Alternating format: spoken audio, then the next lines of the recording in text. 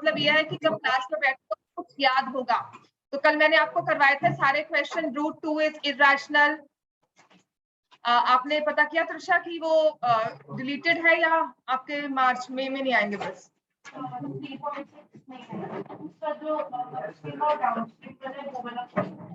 नए टेस्ट में, अदरवाइज तो सिलेबस में है वो।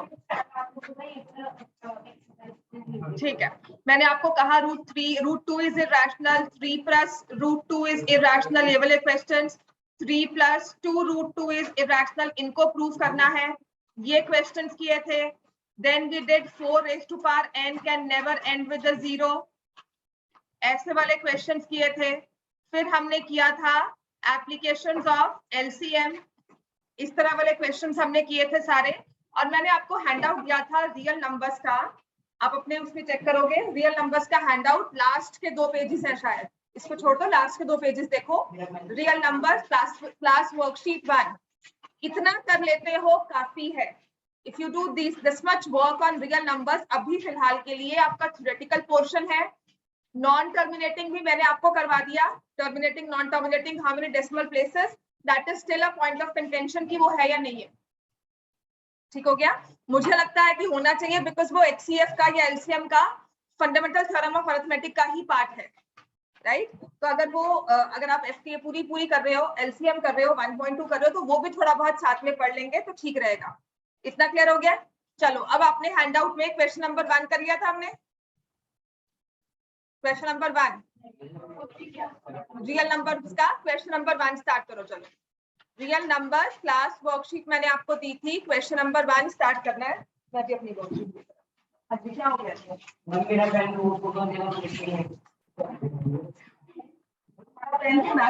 पढ़ने आए कुछ भी बोल रहे, कुछ भी दिया मुझे।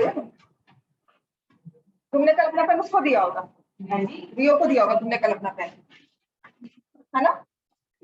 है ना? लेकर गया था ये, कोई दिया होगा।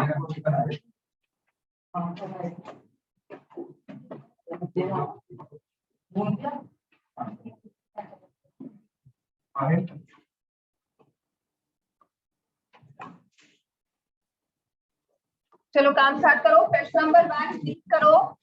अब सारे क्वेश्चन जो है अंडरस्टैंडिंग बेस प्लस, हाँ जी क्यों हंस रहे हो? काम शुरू हो गया? कहाँ? क्वेश्चन नंबर 1 क्या है, पढ़ो।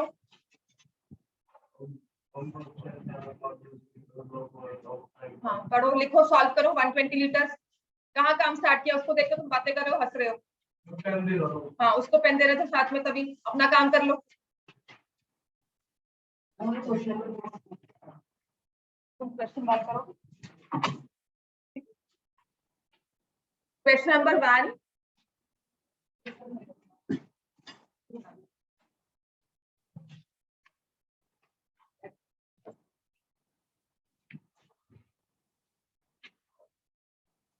Thank you.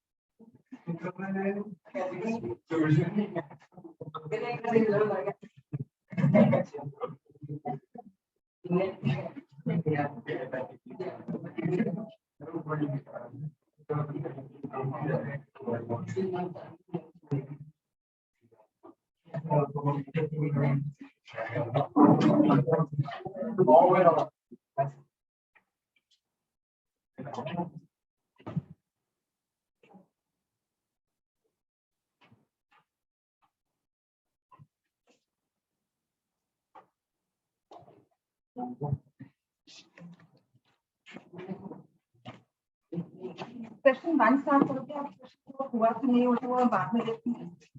क्वेश्चन 1 हम स्टार्ट कर सकते हैं आराम से।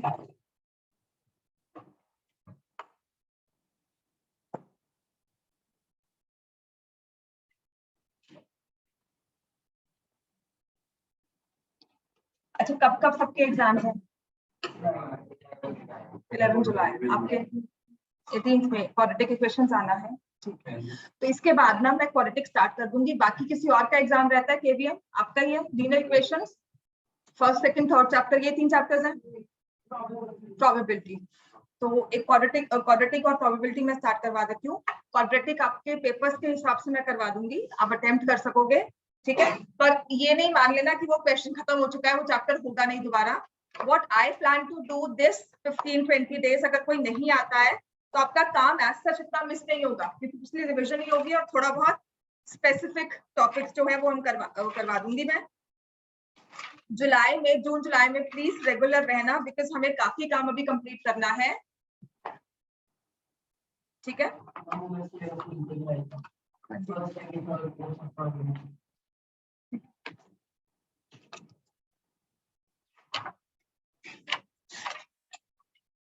त्रिशा, अंबिका, आश्वी, अर्जुन, हरगुन, गुरशान, आरुष,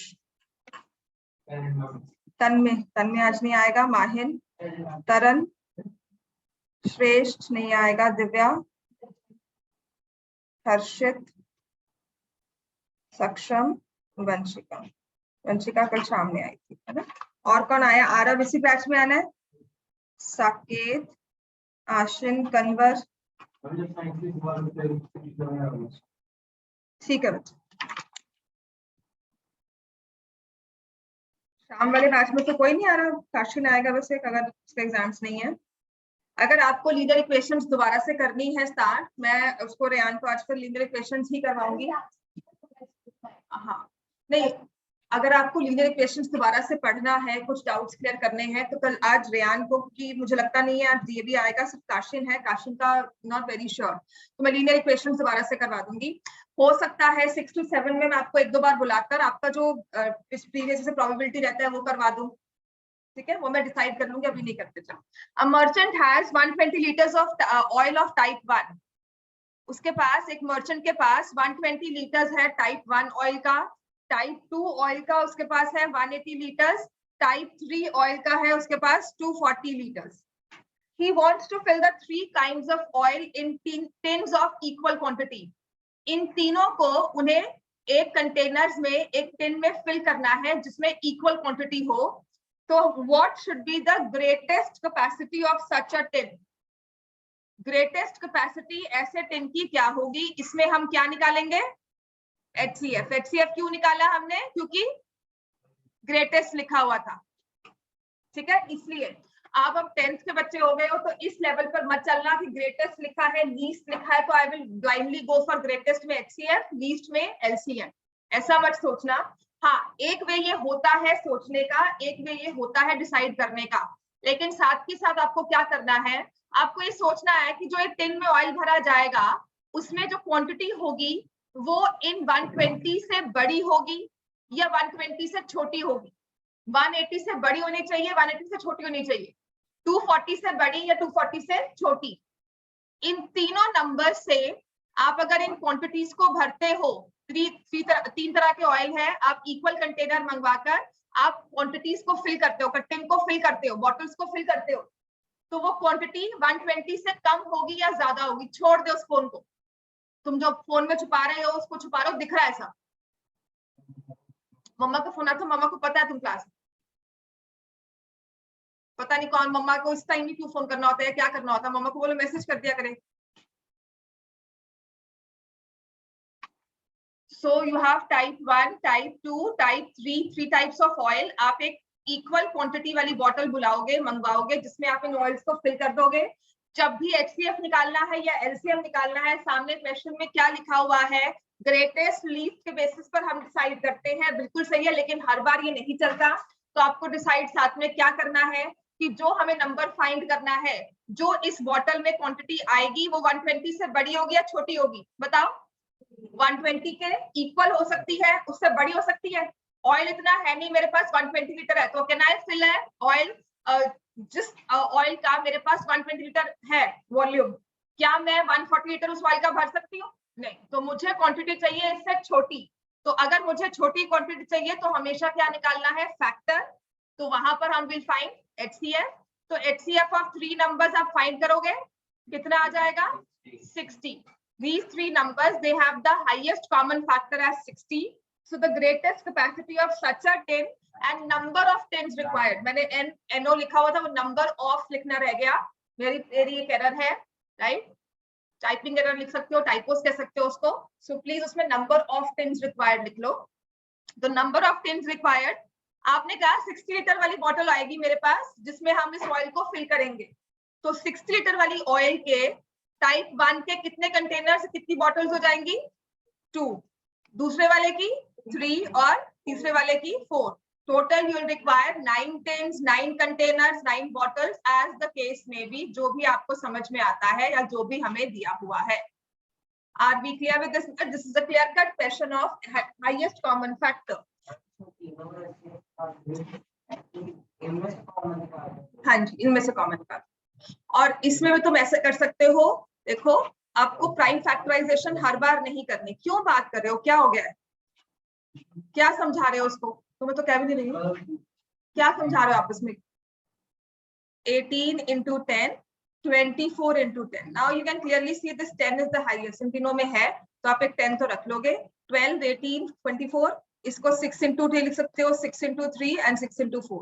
6 तीनों में कॉमन है, 6 बाहर लेकर आ सकते हो. फिर 2, 3, 4 में देखो क्या कुछ कॉमन आता है, नहीं आता. बस जरूरी नहीं है प्राइम फैक्टराइज ही लेकर आना है आपको. ये प्राइम फैक्टराइजेशन का क्वेश्चन नहीं होगा, आपको HCF LCM का क्वेश्चन होगा. आएगा भी 1 या 2 मार्क्स. क्लियर हो गया इतना? चलो क्वेश्चन नंबर 2 करते हैं. इसमें क्वेश्चन 2 में क्या है? 2 wires are 12 meters and 16 meters long. The wires are to be cut into pieces of equal length. Find the maximum length of such a piece. आपको वायर्स को कट करना है इक्वल लेंथ वाले पीसेस में. सारे पीसेस की length equal हो. मान लो ये रेड कलर की वायर है और ये ब्लू कलर की वायर है. हाँ जी, हेलो. ये रेड कलर की वायर है और ये ब्लू कलर की वायर है. ठीक है, तो आप बताओ मुझे मैक्सिमम लेंथ कौन सी कट की जाएगी?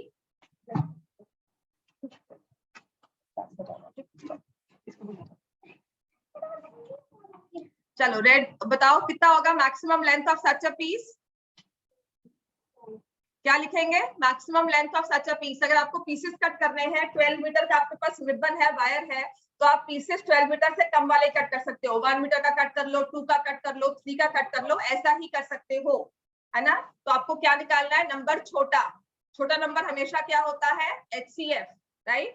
छोटा नंबर जब हम फाइंड करते हैं तो हम फैक्टर निकाल रहे हैं.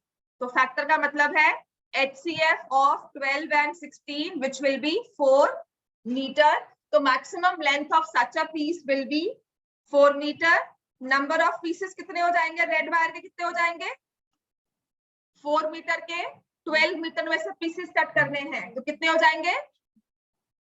12 मीटर में से 4 मीटर के पीसेस कट करने हैं, 3 पीसेस हो जाएंगे. और दूसरे वाले कितने हो जाएंगे? 4 पीसेस. क्लियर है इतना? Total number of pieces will be 7. Question number 3. This question is straight from your NCERT की 6th क्लास की बुक उठाना. क्वेश्चन नंबर 3 बिल्कुल सेम टू सेम उसमें से लिया हुआ है. आपने 6th क्लास में एक क्वेश्चन किया होगा. NCERT में HCF LCM का चैप्टर था, उसमें ये क्वेश्चन था हमें, राइट? इसमें दिया है 3 containers contain 403 liters. 3 containers contain 403 liters, 434 liters and 465 liters of diesel respectively. Find the maximum capacity of a container that can measure the diesel of 3 containers exact number of times. मेरे पास एक ऐसा measuring unit हो, मेरे पास एक ऐसी bottle हो जिसको मैं 403 लीटर मेजर करना चाहूँ तो exact number of times measure करूँ. मतलब अगर 20 लीटर्स की कैपेसिटी होती है तो मैं क्या करूंगी? 20 लीटर्स को 20 टाइम्स निकालूंगी, बच जाएगा मेरा पूरा 400 लीटर. और इस 3 लीटर को एक्स्ट्रा को मैं नहीं काउंट कर पाऊंगी. 20 लीटर में से 3 को मैं एक्स्ट्रा काउंट नहीं कर पाई. समझ में आ गया? एग्जैक्ट नंबर ऑफ टाइम्स है कि जैसे 100 लीटर काउंट करना है और मेरे पास जो बकेट है वो कितनी है? 20 लीटर की. तो अगर मुझे एक पूल में फिल करना है पानी जिसमें आता है कैपेसिटी 100 लीटर, तो मैं 5 बकेट्स यहाँ पे डाल दूँ. एग्जैक्ट नंबर ऑफ टाइम्स है कि अगर मुझे 100 लीटर का एक पूल फिल करना है और मेरे पास जो बकेट है उसकी कैपेसिटी 20 लीटर है, तो मैं कितनी बकेट पानी डालूंगी इसमें?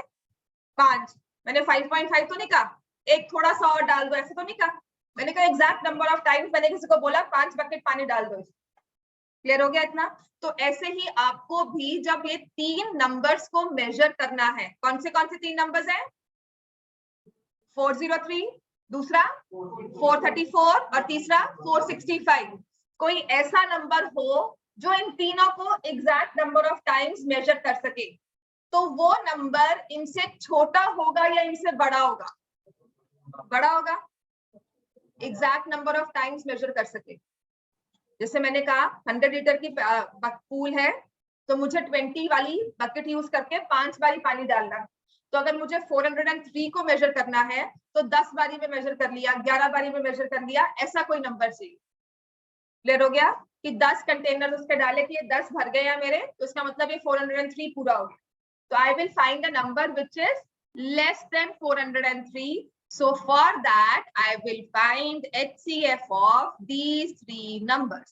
अब प्रॉब्लम क्या होती है, मैम ये डिवाइड किससे होगा? 403 किससे डिवाइड होगा, है ना? तो ऐसे वाले केस में हमें क्या करना होता है, मैंने एक क्वेश्चन इसलिए नहीं दिया क्योंकि ये HCF का है।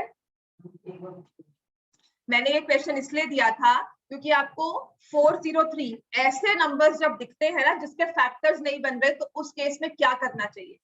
3 नंबर्स हैं, कौन कौन से? 403, 434, 465। 403 मुझे नहीं समझ में आ रहा, उसको छोड़ दे। सेकंड वाला समझ में आ रहा है, उसको डिवाइड करो। किससे डिवाइड होगा वो? 434 है, तो पहला फैक्टर कौन सा निकालोगे आप उसका?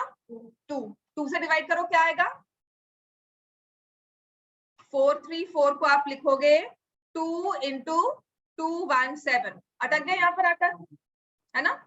यहाँ पे आके हम अटक गए, हमें नहीं समझ में आ रहा है इसके बाद। चलो कोई बात नहीं, तीसरा नंबर है हमारे पास, इसको क्या लिखेंगे? 5 into 93। And can I know this 93? इसको फैक्टराइज कर सकते हैं 93 को? 3 into 31। This is a number divisible by 3। 3 into 31। अब अगर मुझे हाईएस्ट कॉमन फैक्टर निकालना है तो या तो वो 5 होगा, या वो 3 होगा, या वो 31 होगा। 3 तो बिल्कुल भी नहीं है ना? क्योंकि ये देखो 4 + 3 7 हो गया। 3 तो नहीं है, 5 भी नहीं लग रहा। तो आपको सिर्फ 31 से चेक करना है कि is this number divisible, are the 2 numbers divisible by 31? तो ये क्या आ जाएगा? 31 into 13। अब 434 आप इसको चेक करो, is this 217 divisible by 31? 31 into 7। तो अब आपके पास 403 के फैक्टर्स आ गए, 434 के फैक्टर्स आ गए, एंड 465 के फैक्टर्स आ गए। 5 into 3 into 31. So how we will find the HCF now? All the common factors and their minimum power. Common factors and their minimum power. तो HCF कितना है? 31 लीटर्स। समझ में आ गया? तो ये मेजरिंग केस जो होता है ना, कभी कभी आपको क्या दिया होगा, रूम की डायमेंशंस है, तो आपको एक ऐसा मेजरिंग टेप लेके आना है जो इन डायमेंशंस को exact number of times measure कर सके। जैसे कि अगर मैं ये स्केल लेती हूँ, है ना, ये मैंने स्केल लिया, छोटा वाला स्केल है मेरे पास, और मुझे ना अपने लैपटॉप को मेजर करना है, तो I will keep it here, यहाँ रख रही हूँ, फिर यहाँ रख रही हूँ, इतनी सी स्पेस बच जाती है। हमें वो नहीं चाहिए होता, एग्जैक्ट नंबर ऑफ टाइम्स है कि मैंने अगर इसको 5 बार रखा तो 5 बार में वो लेंथ पूरी हो गई, right? Exact number of times है that if I have to measure this notebook, तो मैंने अपना स्केल ऐसे रखा, ठीक है, ऐसे मार्क करेंगे पॉइंट, ये पॉइंट आएगा अप्रोक्सीमेटली, तो यहाँ से इफ आई कीप इट, ये एग्जैक्ट हुआ कि हुआ? बताओ, एग्जैक्ट है कि नहीं है? नहीं है। आपने इस पे कोई नंबरिंग नहीं दी हुई, आपको मैंने ये एक नंबर वाला स्केल दे दिया कि ये 5 मीटर लेंथ मेजर करता है, आपके पास इसमें 4 मीटर 3 मीटर मेजर करने के लिए कोई लेंथ नहीं है। क्लियर हो गया? मैंने आपको कहा कि ये 5 मीटर का है, ठीक है ना? तो आपने इस नोटबुक पे लगाया, तो क्या आप इस नोटबुक को exact number of times measure कर सकते हो? देखो ये यहाँ पर पॉइंट गया, I mark my point here, और इसके बाद मैं कंपास रखूंगी। ये स्केल बाहर निकल रहा है ना, तो इसका मतलब ये एग्जैक्ट नंबर नहीं है। मुझे इससे भी छोटा नंबर चाहिए जो इसको अच्छे से डिवाइड कर सके। तो समटाइम्स आपके रूम में स्क्वायर टाइल्स दी होंगी लगानी है, तो कितनी टाइल्स मंगवाओगे, उस केस में HCF लगता है। क्लियर हो गया। कभी कभी आपको डायमेंशंस दी होंगी, डायमेंशंस को मेजर करना है, उस केस में हम HCF लगाते हैं, right. And then next may be the case of containers होते हैं, ऑयल फिल करना है, पानी फिल करना है, ऐसे वाले केसेस में HCF लगता है। प्राइमरी हमारा एक मोटिव होगा एग्जैक्ट नंबर ऑफ टाइम्स वो चीज मेजर हो जाए, वो चीज एक कंटेनर में डल जाए। इतना क्लियर है? हमेशा लॉजिक यही रहेगा इसमें।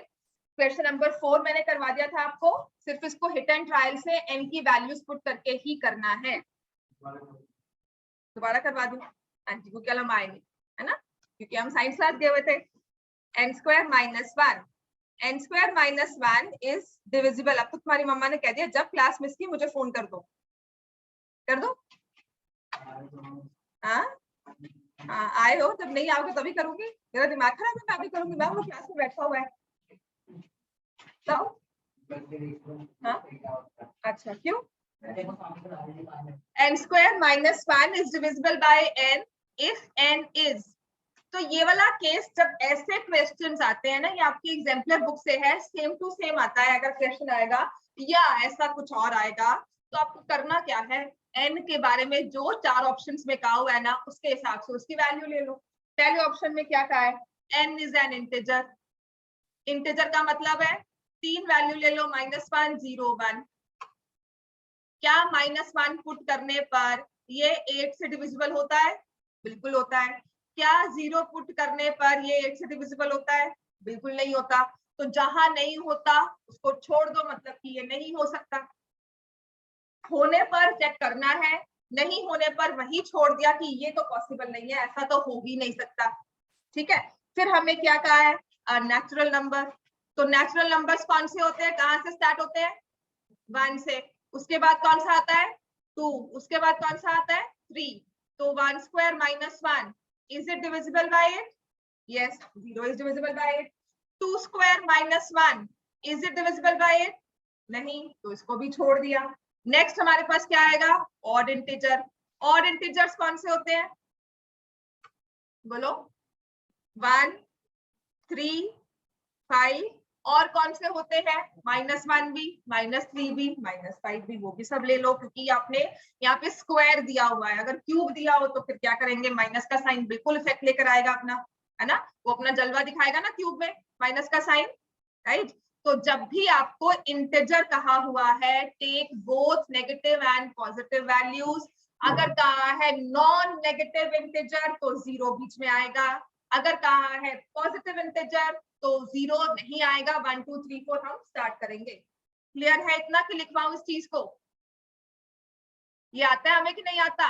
When I say a non-negative, if I say integers, तो इसका मतलब क्या होगा, नेगेटिव वैल्यूज भी हमें लेनी है, 0 भी लेना है और पॉजिटिव भी लेनी है। एंड इफ आई से नॉन नेगेटिव इंटीजर्स तो क्या होगा, 0 is neither negative nor positive, तो मैं 0 से स्टार्ट करूंगी। But if it is says positive integers तो कहां से स्टार्ट होंगे, 1 से, बिकॉज 0 पॉजिटिव में नहीं आता। क्लियर हो गया? ठीक है ना बच्चे, क्योंकि ये आपकी यहीं पर यहाँ पे नंबर्स लेने में हेल्प करता है और कुछ नहीं। तो ऑड इंटीजर्स में हमने 1 3 5 लिया, -1 -3 -5 भी ले लिया। तो आप ना जो 1 के लिए करोगे वही -1 के लिए होगा, क्योंकि यहाँ पे पावर क्या दी हुई है, स्क्वायर। कंसिडरेशन में रखेंगे, बट हमें समझ है कि अगर मैंने 1 लिया है तो -1 के साथ भी वही केस आएगा, अगर 3 लिया है तो -3 के साथ भी वही केस आएगा। तो आप देखो 1 square -1 is it divisible by 8? 3 square -1 is it divisible by 8? Yes. क्या बनता है 3 square -1? 8. 8 is divisible by 8? Yes. Then 5 square minus 1? 24. Divisible by 8? 7 square minus 1? 7 का स्क्वायर क्या होता है? 49. Minus 1? 48. क्या divisible by 8 है? और जो नंबर 3 का टेस्ट पास कर लेता है ना, जो हमारा एक रूल 3 नंबर्स का टेस्ट पास कर लेता है आमतौर पर, उसको हम ट्रू मान लेते हैं। ठीक हो गया। फिर भी एक वैल्यू और चेक कर लो 7, उसके बाद भी मन नहीं भरता तो फिर एक और value check. You can go for 5-6 values. अगर उसमें ट्रू है तो आप कहोगे ठीक है भाई, ये और तो मेरे को ऑप्शन में नहीं दिया होगा, I will go for odd digits. Clear हो गया इतना। अब मैंने कहा था क्वेश्चन 5 आप आराम से कर सकते हो, फैक्टर 3 है, फैक्टर 3 दिया हुआ है तो 4095 का फैक्टर 3 बनाओ और उसके बाद 3825 का फैक्टर 3 बनाओ। आपको एग्जांपल दिया हुआ है फैक्टर 3, अगर किसी को नहीं आता तो मैंने बताया है कि I know this is divisible by 3, तो यहां से आ जाएगा 3 into 1365। अब मुझे 1365 में अगर और कुछ नहीं समझ में आ रहा, I can see this is divisible by 3, तो 455. Next 455 I can see divisible by 5. 91. 91 is 7, 13. अब हमारे क्या आ गए ये सारे प्राइम नंबर्स, तो हम इसे आगे फैक्टराइज नहीं कर पाएंगे, तो इसके फैक्टर्स क्या हो जाएंगे 3 into 3 into 5 into 7 into 13। समझ में आ गया। आप सभी प्राइम नंबर्स को ले लेते हो, जिनके आगे ब्रांचेस नहीं निकली होती उनको हम नंबर्स को ले लेते हैं, जहां पे ब्रांच निकली हुई है मतलब उसको आगे फैक्टराइज किया है तो उसकी फैक्टराइज्ड फाइनल फैक्टराइज्ड फॉर्म को लेंगे। 91 3 से 13 से 7 से 91 होता है ना, इसलिए लिया है, और वो प्राइम नंबर है उसको आगे फैक्टराइज नहीं कर सकते। अब आप 3825 का खुद बनाओ एक बार, ठीक है बनाओ चलो।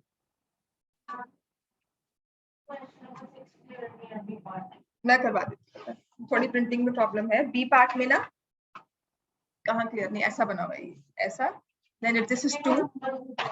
हाँ बता रही हूँ बच्चे, एक मिनट, ये है, ये 3 है और ये 7, ठीक है इतना ही है। क्लियर है इतना। किसी को अगर क्वेश्चन नंबर 6 का बी पार्ट क्लियर नहीं है तो यहाँ पे मैंने ड्रॉ किया था, ठीक है। अगर किसी को प्रॉब्लम आ रही है हैंडआउट में,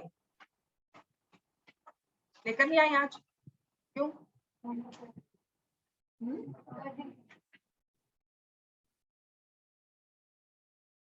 तुम ना इस टाइम बहुत लॉस्ट हो, मतलब फेब ऑनवर्ड्स ना बहुत लॉस्ट रहती हो। जो पहले तुम आई थी ना बहुत एक्टिव थी, रिस्पॉन्ड भी थी, पढ़ भी रही थी, तुम पढ़ नहीं रही हो, सच में कह रही हूँ, ठीक है। फेब में तो मार्क्स आ गए, अब नहीं आएंगे, अब पढ़ना पड़ेगा आपसे, क्योंकि अब प्रॉपर ऑफलाइन हो चुका है ना। अब तो कुछ भी वो मिक्स नहीं रहा, वो पिछला वाला सिस्टम सब खत्म हो गया, टर्म 1 टर्म 2। अब तो जो आना है ये पिछला एंड तक जाना है, ये तो है ना, बीच में छोड़ ही नहीं सकते इसको। बहुत ज्यादा था आपका तो, सिलेबस बहुत कम हुआ है मैं बता रही हूँ। तो आपको बुक भी दिखाई है अपनी पुरानी वाली, पर वो भी नहीं है, मुझे लगता था उसकी भी रिविजन हुई थी, otherwise this was the book and we had so many questions, और इसके अलावा भी एक्स्ट्रा आते थे, ठीक है। तो प्लीज प्रिंटिंग इतनी छोटी है, क्वाड्रेटिक के क्वेश्चन इतने ज्यादा है, क्वाड्रेटिक के, सिमिलर ट्रायंगल्स के, मेंसुरेशन के, और इसके अलावा एक्स्ट्रा भी आते थे। Trigonometry also we had, trigonometry में 58 डिग्री एंगल, 60 डिग्री एंगल, ऐसा वाले एंगल्स होते थे। हाँ हाँ वो सारे एंगल्स थे। Then we had supplementary part also, 3 chapters अलग से थे जो आपने नहीं किया हुआ, जिस वजह से आप नहीं समझ पाते हो। रेशियो प्रोपोर्शन आपने नहीं किया हुआ, जो नहीं करोगे भी, ठीक है ना। एंड ये साइकिल वाले क्वेश्चंस जो होते थे कि अगर a स्क्वायर b है फिर b स्क्वायर c आएगा फिर c स्क्वायर a आएगा, तो उनको हम फैक्टराइज करते थे, वो सब क्वेश्चंस थे आपने सच में। और हमें फ्रस्ट्रम्स नहीं था, I still remember in my board question, frustums हमें नहीं था। आपके मेंसुरेशन में बकेट लाइक शेप होती है, हमारे बुक में कहीं मेंशन नहीं था, कोई फॉर्मूला नहीं था, और वो क्वेश्चन पेपर में आया फाइनल्स में, बोर्ड्स में। कोई याद, तभी बता रही हूँ, तभी याद है। कुछ नहीं हुआ था, सर ने 2-3 दिन पहले करवाया था कि हाँ इसको कर सकते हैं, आ सकता है। मार्क्स कितने थे? 98 थे मैथ्स में, 98 थे 11th में, 12th में भी 98। वैसे ही तो सोचती रही, मुझे तो दादा की उम्मीद थी 2 ही कटे फिर। आई स्टिल रिमेंबर, मतलब 9th में 10th में आई रिमेंबर, मैं प्लस माइनस की गलती कहीं करके आई थी, क्वेश्चन में लिखा नहीं था फाइनल्स में, कंफ्यूज होकर, तो मुझे लगा था वो 4 नंबर का क्वेश्चन गलत होगा, तो उसमें आई डोंट नो, जब आए थे तो आई वाज वेरी हैप्पी कि मैंने रिवाइज करवा ली, ठीक है। चलो 5 into 7 25, इसके बाद हम इससे फिर से करेंगे 5 into 7 65 आएगा, हाँ जी बिल्कुल 65 आएगा, शुक्र है। तो ये हमारे पास आ गया 5 into 765 देन 5 into 153 153 को क्या करेंगे 163 आएगा 15 ही आएगा। हाँ 15 5 ही होता है और क्या होता है। हाँ तो अब आ जाएगा 3 into 51 को क्या लिखेंगे 3 into 17। अब 17 को क्या लिखेंगे आगे तो प्राइम नंबर। तो हमारे पास आ जाएगा 5 into 5 into 3 into 3 into 17। अच्छा मुझे पता है ना मेरे 2 नंबर कटे तो इसलिए अब मैं कोशिश करती हूँ कि तुम लोग के ना कटे। हाँ जिसके नहीं कटने चाहिए उसके स्पेशली, ठीक है ना, उसके नहीं कटने चाहिए, उसके नहीं कटने चाहिए, वो कह रहे हैं उसके नहीं कटने चाहिए, ठीक है। और अभी फिलहाल 9th में 1-2 बच्चे हैं जिनके नहीं कटने चाहिए। सक्षम 95 तक पहुंच सकता है, थोड़ी मेहनत करे तो। ज्योमेट्री मुझे नहीं पता, जितना इसका अब तक रिस्पॉन्स है उसके हिसाब से कह रही हूँ। तुम 35 तक पहुंच जाओ बहुत है। सोचते हैं सोचते हैं 70 नहीं, तुम पढ़ लो बस, मैं इतना कहूंगी तुम पढ़ लो, तुम्हें मार्क्स मिल जाएंगे। हाँ गुशान का इसलिए तुम 2 नंबर मत कटवाना, तुम 2 नंबर कटवाओगे, मुझे पता है, पूरा विश्वास मुझे इस बात पे आता है और मैं यही कोशिश करती हूँ कि वो 2 नंबर ना कटवाऊंगा। त्रिशा भी पूरा ले सकती है अगर ये पूरा मेहनत ना अच्छे से लगाए और एंड में आके कंफ्यूज ना हो। बस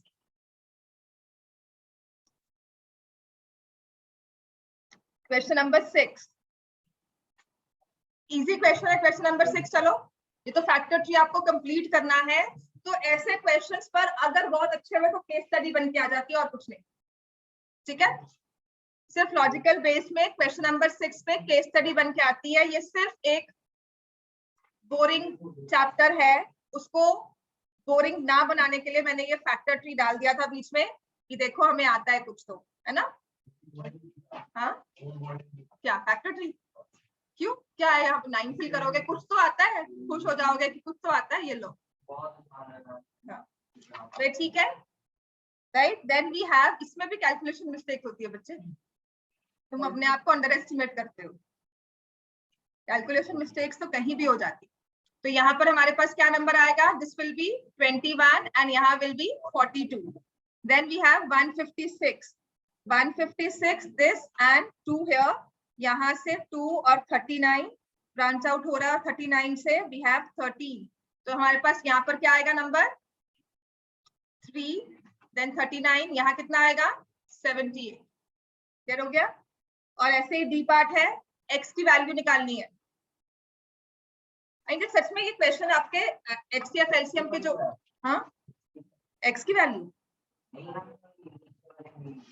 हाँ वो तो 65 है, यहाँ पर 3 एंड दिस इज 5 एंड 30, तो x will be equal to 195 into 3, that will be 525, 585 sir, 585 वो देखो बच्चे बैठे, फैक्टर थ्री नहीं हो रहा। हाँ उसमें लिखा, इसमें लिखा। क्वेश्चन 7 मैंने करवा दिया था आपको, नहीं चलो क्वेश्चन 7 करो।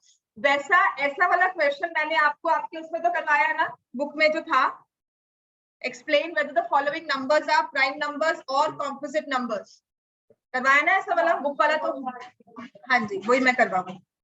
लास्ट का नहीं होगा, डी पार्ट तो होना चाहिए, 10 दिया हुआ है, 5 और 2 निकाल लो कॉमन। सेकंड वाला हो गया, लास्ट वाला हो गया। ए पार्ट दिया हुआ है 7 into 11 into 26 plus 13।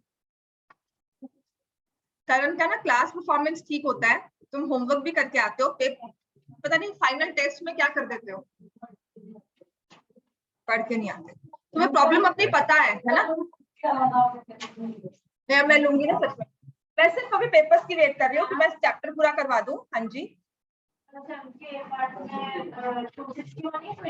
26 है, 26 plus 13। हम क्या करेंगे इसमें, आपके पास 2 सेट ऑफ नंबर्स है, 7 into 11 into 26 plus 13, तो कॉमन क्या लेना है इसमें से, हमें 13 कॉमन लिया, तो यहाँ क्या बच जाएगा 7 into 11 into 2 plus 1। अब ठीक है, अब तो ठीक लिया मैंने कॉमन, है ना।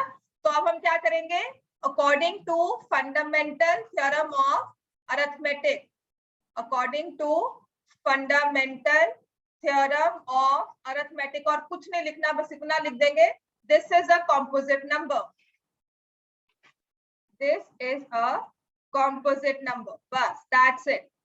क्योंकि समझ पा रहे हो ना कि अगर एक 13 निकला तो दूसरा फैक्टर इसमें से हमारे पास आ गया, चाहे ये प्राइम हो चाहे ये कॉम्पोजिट हो, एक प्राइम आ गया, दूसरा चाहे 13 ही होगा, पर फिर भी अगर 13 into 13 हो गया तो वो भी कॉम्पोजिट नंबर ही है, प्राइम नहीं है। तो इतना ही हमें एक्सप्लेन करना है, हमें कैलकुलेशंस नहीं करनी। ऐसे हमें दिया हुआ है next part 3 into 5 into 13 into 46 plus 23, क्या कॉमन निकालोगे इसमें से 23, तो क्या आ जाएगा 3 into 5 into 13 into 2 plus 1, तो क्या लिखेंगे अब फिर से, by fundamental theorem of arithmetic this is a composite number, product of two numbers बनकर आ गया ना, समझ में आ गया। Every composite number can be expressed as product of two numbers, product of primes, and this prime factorization is unique except the order in which the prime factors occur. Clear हो गया। अब ऐसे ही डी पार्ट, सी पार्ट है आपके पास, दो लिख लिया ये सी पार्ट, अर्जुन कल की क्लास में इसकी थी ना, तो इसमें अब कॉमन क्या लेंगे 5, 2 into 3 into 3 plus 1, so again this is a composite number. D part 6 into, बेटा मैंने कॉमन तो 5 लिया ना, 3 इसमें कहाँ है बच्चे, प्लस के इधर प्लस के उधर, है ना। 6 into 5 into 4 into 3 into 2 plus 10, अब क्या कॉमन लेंगे इसमें, यहाँ पर 10 है, यहाँ पर 5 भी है और 2 भी है, तो मैंने 10 कॉमन लिया, बच गया 6 into 4 into 2 plus 1, समझ में आ गया। So by fundamental theorem of arithmetic this is a composite number, sorry into 2 नहीं आ गया, into 3 लिखना। थ्योरम में ये है कि अगर आपके पास कोई भी कॉम्पोजिट नंबर है, कोई भी कॉम्पोजिट नंबर, फॉर एग्जांपल 465, आपने इसे जब फैक्टराइज किया तो ये लिखा, फिर आपने कहा 5 into 31 into 3, my fundamental theorem of arithmetic says कि जब भी आप किसी कॉम्पोजिट नंबर को फैक्टराइज करते हो तो उसको हम as product of prime numbers show कर सकते हैं, और जो इसमें प्राइम नंबर्स आए हैं 5 एक बार, 31 एक बार, 3 एक बार, वो इसी में आएंगे, किसी और नंबर में नहीं आएंगे। कि मतलब मैं 5 into 31 into 3 मल्टीप्लाई करके 464 नहीं कह पाऊंगी कभी, या मैंने कहा कि कोई और नंबर मैं बना लूं और उसमें ये 3 प्राइम फैक्टर्स यही आए, ऐसे ही आए, 5 एक बार, 31 एक बार, 3 एक बार। ऑर्डर इंपॉर्टेंट नहीं है, आप ये नहीं कहोगे कि मैम 3 into 5 into 31 करोगे तो कोई और नंबर आएगा, order is not important except the order in which they occur, लेकिन नंबर्स अगर ये 3 है तो 465 ही बने। क्लियर हो गया इतना। अब आते हैं ई पार्ट पर। ई पार्ट में कुछ भी कॉमन नहीं आता, तो इनको हम कैसे करेंगे, सॉल्व नहीं करना, प्राइम प्राइम है पक्का, गुड, कैसे, हाँ पता क्या है, इसमें आपको इन दोनों का HCF नहीं निकालना, इनको प्लस करके बताना है कि आपका आंसर जो नंबर आएगा वो प्राइम होगा। जैसे मैंने कहा 46 plus 1 कितना हुआ 47, इज इट प्राइम और कॉम्पोजिट, प्राइम। लेकिन मैं कह रही हूँ 47 plus 1 इज इट प्राइम और कॉम्पोजिट, समझ में आ गया। आपको ऐड करके बताना है कि आपका कॉम्पोजिट होगा या प्राइम होगा, इस केस में कुछ भी कॉमन नहीं निकल रहा, कैसे, मल्टीप्लाई करके देखा, अगर मल्टीप्लाई नहीं करना, ये नंबर है 7, 11, 13, 3, 7, 11, 13 के बारे में क्या बोल सकते हैं, तीनों क्या है प्राइम नंबर्स और ऑड नंबर्स, 3 ऑड नंबर्स को मल्टीप्लाई करोगे तो आंसर हमेशा क्या आएगा ऑड, और 5 भी क्या है दो ऑड्स को ऐड किया तो आंसर क्या होगा? हमेशा इवन। और अगर इवन नंबर है 2 तो नहीं बनेगा। ये 2 के अलावा कोई भी इवन नंबर क्या होता है? कॉम्पोजिट। तो इसमें ये लिखें that the first set 7 into 11 into 13 is the product is odd, 5 is odd, sum of two odd numbers is odd, sum of two odd numbers is even, hence this given number is composite number. तीन numbers आप इतना तो देख पा रहे हो ना कि इन तीनों को ऐड करके 2 तो बनने नहीं वाला ना, 2 से बड़ा नंबर ही बनेगा, लेकिन वो इवन होगा। तो any other number which is even other than 2, any number which is even other than 2 is a composite. इतना क्लियर हो गया? क्वेश्चन नंबर 8 करवा दिया था मैंने आपको, है ना? क्वेश्चन नंबर 9, हाँ अब ये हमारी आती है एप्लीकेशंस ऑफ 14। क्वेश्चन नंबर 9, हाँ जी, divisible by 2 other than 2. 2 is the smallest prime number, only even prime number. 2 के अलावा कोई भी इवन नंबर होगा वो प्राइम नहीं होगा। तो आदमी क्या लिखा था मैंने? 2 other than 2 is a composite number. हाँ जी, अब किसका फोन आ रहा था? अभी मम्मी फोन कर रही है। टाइम क्यों? क्या देख लो, ये कोई बात नहीं, पता लग जाएगा जब क्लास ऑफ होगी, है ना? वैसे भी हम सो ही रहे हैं, नींद ही आ रही है हमें। हाँ मुझे पता है, दिख रहा है, तभी टाइम देखने की नौबत आ गई। Question number 9, what is the smallest number that when divided by 35, 56 and 91 leave remainder 7 in each case? कहते हैं स्मॉलेस्ट नंबर निकालो जिसको 35 से क्या किया है? डिवाइड। तो मान लो वो नंबर x है, उसको आप 35 से क्या कर रहे हो? डिवाइड, और रिमाइंडर कितना आ रहा है? 7। ऐसे ही उसी नंबर को आपने 56 से डिवाइड किया, रिमाइंडर कितना आ रहा है? 7। उसी नंबर को आपने उसी नंबर को आपने 91 से डिवाइड किया। कौन से नंबर को? x को। किससे डिवाइड किया? 91 से। रिमाइंडर क्या आएगा? इतना क्लियर हो गया? तो अब ये सोचो, x को आप रखता रहे हो डिविडेंड में, डिवाइजर में, रिमाइंडर में, क्वोशिएंट में। कहाँ रखा है आपने? डिविडेंड में, है ना? डिविडेंड क्या होता है? डिवाइड होता है। और अगर मान लो ये रिमाइंडर 0 आ जाता तो ये नंबर डिविडेंड क्या बन जाता है? ये वाला नंबर बन जाता है फैक्टर, और डिविडेंड क्या बन जाता है? मल्टीपल। क्लियर हो गया? इतना क्लियर है कि अगर रिमाइंडर 0 हो जाएगा तो डिविडेंड क्या बन जाता है? मल्टीपल। तो जब भी आप किसी नंबर को, ऐसे वाले क्वेश्चंस में जब भी आप किसी नंबर को डिविडेंड वाली प्लेस में रख रहे हो, इसका मतलब आपको क्या निकालना है? एलसीएम। आपको मल्टीपल निकालना है, लीस्ट कॉमन मल्टीपल निकालोगे। एक नंबर को, जिसे मैं ऐसे कहूंगी कि अगर एक नंबर को 35 से डिवाइड किया, रिमाइंडर 7 है, तो कैन आई से x - 7 इज डिविजिबल बाय 35। ये समझ में आता है सबको? x - 7 35 से डिविजिबल है। ऐसे ही x - 7 इज डिविजिबल बाय 56, ये क्लियर है। ऐसे ही x - 7 इज डिविजिबल बाय 91, ये क्लियर है ना? तो ये x - 7 इन तीनों नंबर से डिवाइड हो जाता है। तो जो नंबर 3 नंबर से डिवाइड हो जाए तो वो उनका क्या होगा? मल्टीपल होगा, उनके टेबल में आएगा। तो आपको क्या निकालना है? मल्टीपल निकालना है।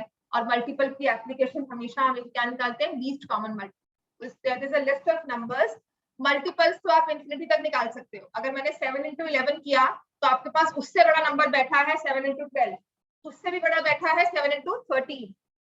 तो मल्टीपल्स के केस में ना मैं लिमिट नहीं लगाऊंगी कि नहीं सबसे बड़ा यही है, उससे बड़ा भी एग्जिस्ट करता है। तो हम क्या निकाल सकते हैं? लीस्ट, कि सबसे छोटा ये है, इसके बाद को चलते जाओ। क्लियर हो गया इतना? तो लीस्ट कॉमन मल्टीपल निकालो 91, 35, 56 का।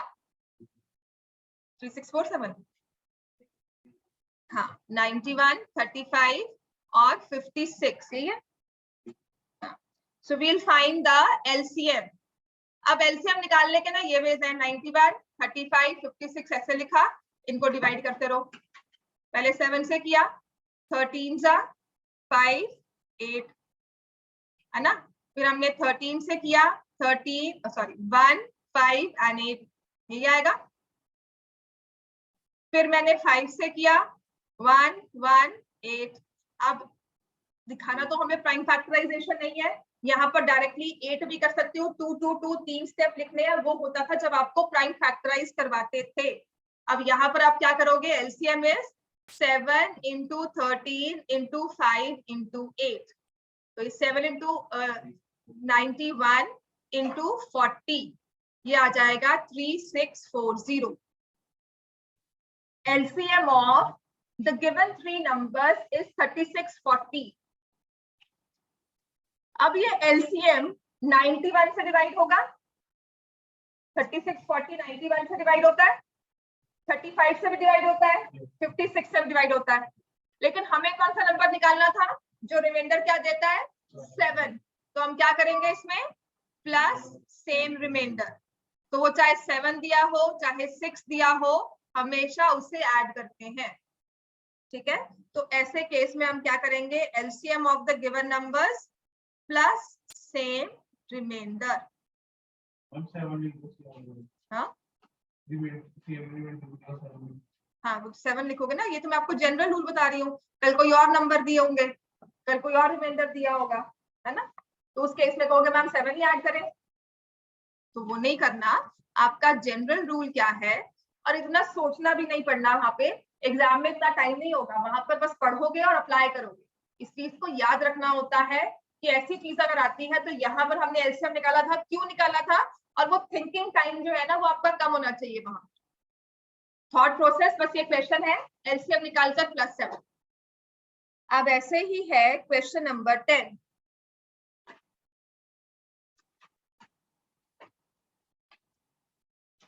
Find the greatest number of 6 digits exactly divisible by 24, 15 and 36.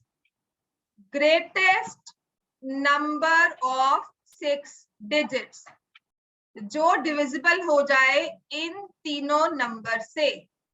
तो इस केस में मुझे क्या करना चाहिए, एलसीएम ऑफ, डिविजिबल हो जाए ना तो हमेशा क्या निकालना है, एलसीएम।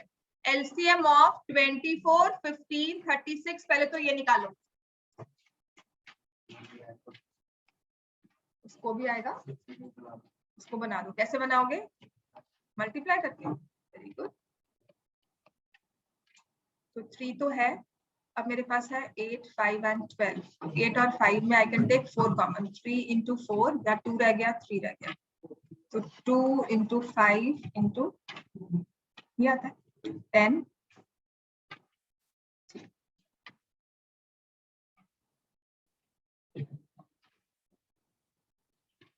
इसको हम लिखेंगे 2 cube into 3, this is 3 into 5, this is 2 square into 3 square.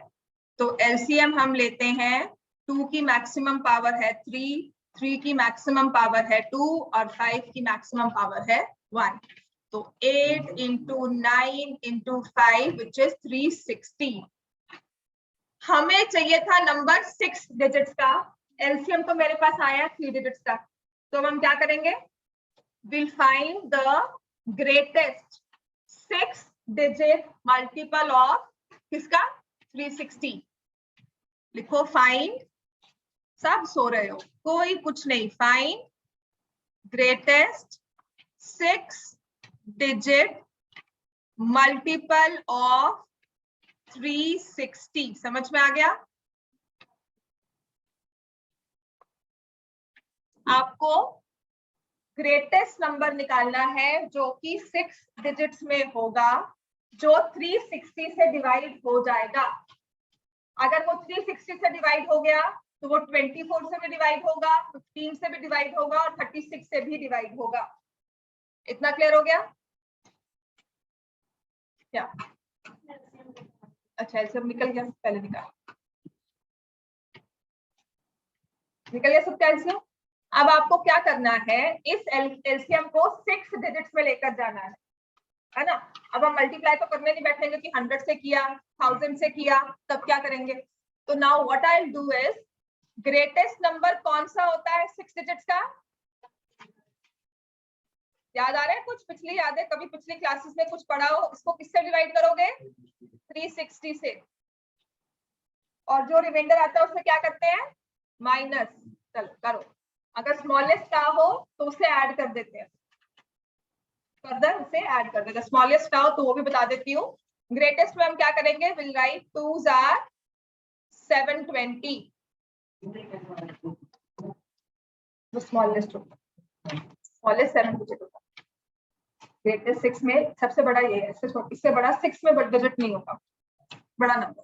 Clear हो गया बच्चों? ये 2799, देन आप इसके अगर 7 से करोगे तो ये आ जाएगा 2520, 2520 2799। देखो ना, ये फोर्थ वाला आ गया, ये फिफ्थ वाला आ गया, फिर से 7 से जाओगे 2520, ये आ जाएगा 2799, और फिर से 7 पे जाओगे, है ना? तो आपके पास लास्ट स्टेप में भी रिमाइंडर क्या आएगा? 279। 4 स्टेप्स होंगे ना ये, ठीक है? डिवाइड कर लो इसको, चारों स्टेप्स को क्लियरली लिख लो। That is what I want. मैंने यहाँ पर अगर लिखना है I will take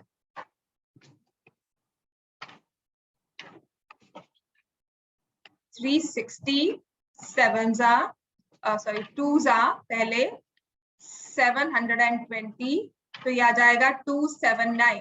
then I will get my fourth 9 here, और ये 7 से आएगा 2520।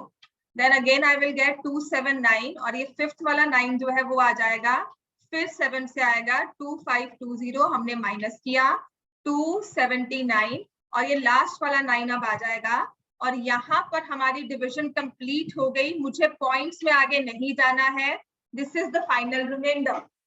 Now, if I have to find greatest number of, कितने digits लिए थे हमने यहाँ पर? 6. Greatest number of 6 digits 2799। बिल्कुल ठीक। चलो, जग तो जाते हो बीच में, तो हम क्या करेंगे? 999, ये 6 टाइम्स 9 में से क्या माइनस कर देंगे? 279। समझ में आ गया?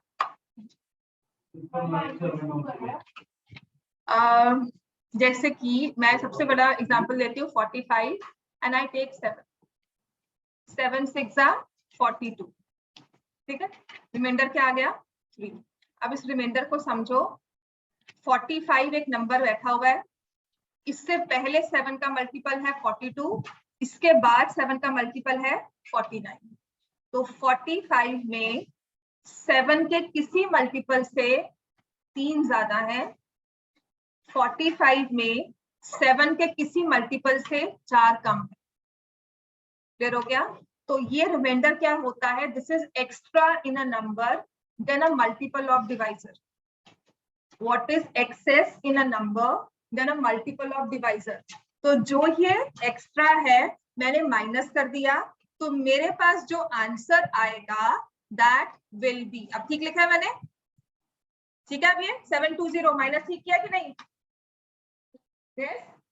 This number is exactly divisible by 360 and this is the greatest number of 6 digits. Clear हो गया?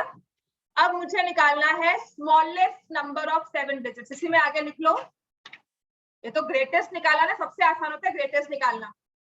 स्मॉलेस्ट में क्या करोगे?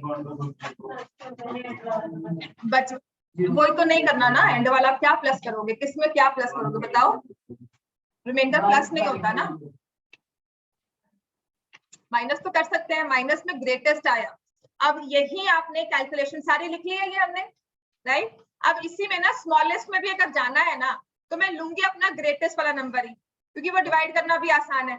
एक चीज फॉलो करेंगे, अब मुझे लेना है, लिखो smallest 7 digit number, smallest 7 digit number इसी कैटेगरी का जो 36, 24 और 15 से डिवाइड होकर रिमाइंडर 0 दे, ठीक है ना? तो हम क्या करेंगे? आपने नंबर ले लिया, राइट? इसमें से मैंने माइनस भी कर दिया 279, रिमाइंडर हमेशा माइनस होता है, प्लस नहीं करते, पहली बात तो 7/9 ने माइनस किया नहीं करना ना, क्यों 2 3 एक चीज याद रख लो बहुत है, 2 चीजें मत याद रखो, ठीक हो गया। तो हमें क्या करना है, माइनस करना है 279, एक ही चीज फॉलो करो, इसका इजी वे क्या है वो भी बता दूंगी, रटना ही है तो। आपने ये लिया, माइनस कर दिया, नहीं माइनस करने के बाद आपके पास आंसर क्या आया था, ये क्या है, मल्टीपल ऑफ 360, इसके बाद वाला मल्टीपल कौन सा होगा, उससे निकालने के लिए क्या करोगे, प्लस 360, नहीं बस एक ही बार, एक बार प्लस करके आपका आंसर 7 डिजिट्स में आ जाएगा। एक बार हमने 279 माइनस किया, मल्टीपल ऑफ 360 तक पहुंच गए, ग्रेटेस्ट निकाल लिया, उसको ऐड करोगे फर्दर 360 तो वी विल गेट स्मॉलेस्ट। जैसे मैंने अभी समझाया था कि 45 जो है वो 7 के 2 मल्टीपल्स के बीच में लाई करता है, एक है 42, ये बना लो, एक है 49, 7 के किसी मल्टीपल से 3 ज्यादा है तो किसी मल्टीपल से 4 कम है, राइट। तो अब इस केस में अगर डायरेक्टली हमें समझना है तो मैं क्या कर रही हूँ, प्लस 360 माइनस 279, मैंने आपको यही कहा है कि 999 में से 6 टाइम्स 9 में से 279 माइनस करो और 360 ऐड करो, ठीक हो गया। तो जब हमें इसके बाद वाला निकालना होता है ना, तो हमेशा difference of divisor and remainder add होता है, इस चीज को लिख लो। आप सिर्फ यहां से याद करोगे कि अगर मैंने 45 लिमिट ली थी तो 45 49 से 4 कम था, तो ये 7 माइनस 3 करके आया था, ये रिमाइंडर दिया, क्लियर हो गया। और सबसे इजी प्रूफ में इसका या सबसे इजी अंडरस्टैंडिंग यही दे सकती हूँ कि आपने माइनस करके एक मल्टीपल निकाल लिया, उसके बाद वाला मल्टीपल निकाल लो तो वो सिर्फ प्लस करके आ सकता है, इतना क्लियर हो गया हमें। अब इसके पहले क्वेश्चन 11 से पहले क्वेश्चन नंबर 13 करेंगे,